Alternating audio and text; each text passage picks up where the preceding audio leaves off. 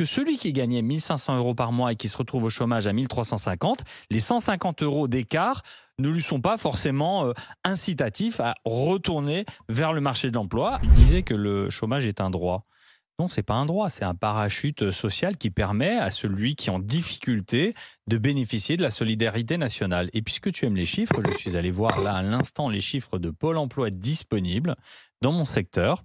Tu as exactement à ce matin 50 313 cuisiniers qui cherchent du travail payés par la solidarité nationale. Tu as 40 377 serveurs sur le niveau national payés par la solidarité nationale et qui cherchent du travail.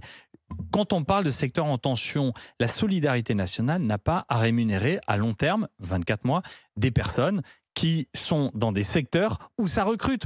Je ne comprends pas. Et je peux te faire l'exemple sur le bâtiment, sur tous les sujets, sur les couvreurs, etc. Mais en fait, je crois que de façon factuelle, les chefs d'entreprise, même les salariés, on a eu la semaine dernière au micro des auditeurs qui nous ont appelés, qui sont en burn-out parce que les gens ne veulent plus travailler. Donc il faut remettre cette notion de travail. Mais je comprends aussi que celui qui gagnait 1 500 € par mois et qui se retrouve au chômage à 1 350, les 150 € d'écart ne lui sont pas forcément incitatifs à retourner vers le marché de l'emploi avec le carburant qui coûte plus cher. Il se dit, bon, bah voilà, je vais faire 2-3 jobs au black et je vais gagner plus en restant à la maison. Il faut que les choses changent et qu'un parachute, il n'est que là pour aider. Mais ce que je ne comprends pas, c'est qu'on a diminué, la Macronie au pouvoir a diminué de 25% la durée d'indemnisation du chômage, et ça rentre en vigueur. C'est rentré en vigueur le 1er août. Pourquoi ne pas attendre et de voir si ce que tu racontes est vrai? C'est-à-dire, plus on réduit le montant ou la durée, et plus les gens se remettent rapidement au travail et vont devenir cuistots, etc. Moi, je pense que ça serait intéressant parce que c'est ce qu'on nous explique. On nous explique, en France, il y a un problème. On a un problème avec le chômage parce que les gens préfèrent rester au chômage que travailler. C'est en gros ce que vient de dire Stéphane. Là, on va voir, puisque depuis le 1er août, on a réduit. Parce que ce que dit Ciotti, c'est ce que défendait également Madame Borne et ceux qui sont aux affaires. Donc je trouve qu'on devrait laisser. Et puis la deuxième chose, moi, qui m'interpelle un peu, c'est que Éric Ciotti veut réduire les taxes sur le carburant de l'ordre de 5 milliards d'euros. Il faut les trouver. Et il va trouver ces 5 milliards d'euros en réduisant l'allocation chômage. Sincèrement, c'est quand même des montages qui me semblent quand même un peu usine à gaz. Mais c'est très français, tu me diras. C'est l'économie du budget, tu me diras, c'est comme disait, je sais plus qui disait, c'est l'économie vue par des énarques. Mais Éric Ciotti n'a pas fait l'ENA, mais il aurait pu, parce que c'est vraiment des trucs. C'est pas comme ça qu'on gère un budget. Non mais Olivier, à un moment donné, tu peux pas reprocher au quelqu'un qui est dans l'opposition de dire il faut réduire là, mais pour compenser, je vous propose de prendre là.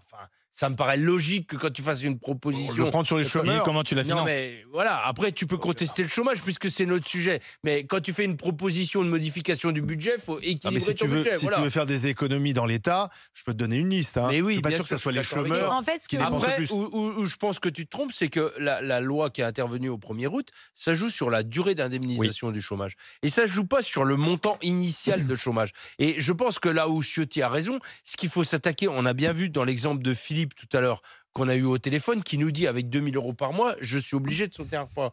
Je pense qu'aujourd'hui, entre les petits salaires en France et des gens qui démarrent le chômage avec une perte à 15-20% de leur salaire, il n'y a pas assez de différentiel. Le problème, c'est le petit salaire.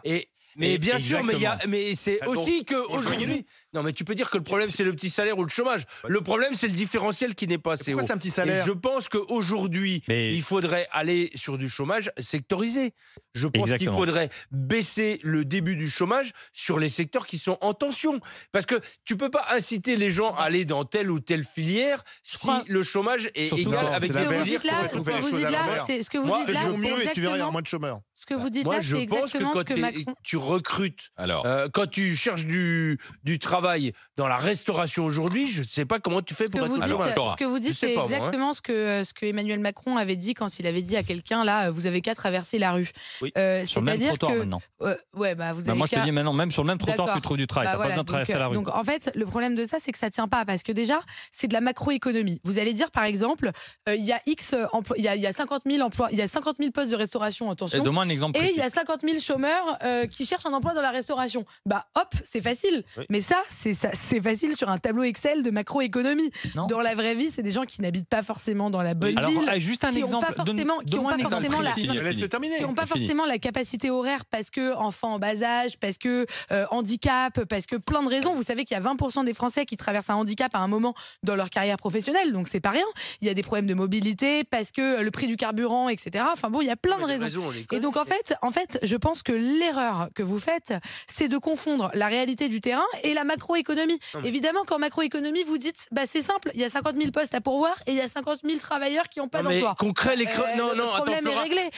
les conditions de la mobilité des travailleurs, moi ça me dérange pas. Je dis qu'aujourd'hui, il n'y a pas assez de différentiel entre un mec qui est plongeur et un mec qui sort d'un emploi dans un resto et qui est au chômage. Il n'y a pas assez de différentiel. Ça les incite pas. C'est tout ce que je dis. C'est tout ce que je dis. Après la mobilité géographique, bien sûr que c'est un sujet. En fait, si je suis bien, il faut diminuer le chômage plutôt que d'augmenter le salaire.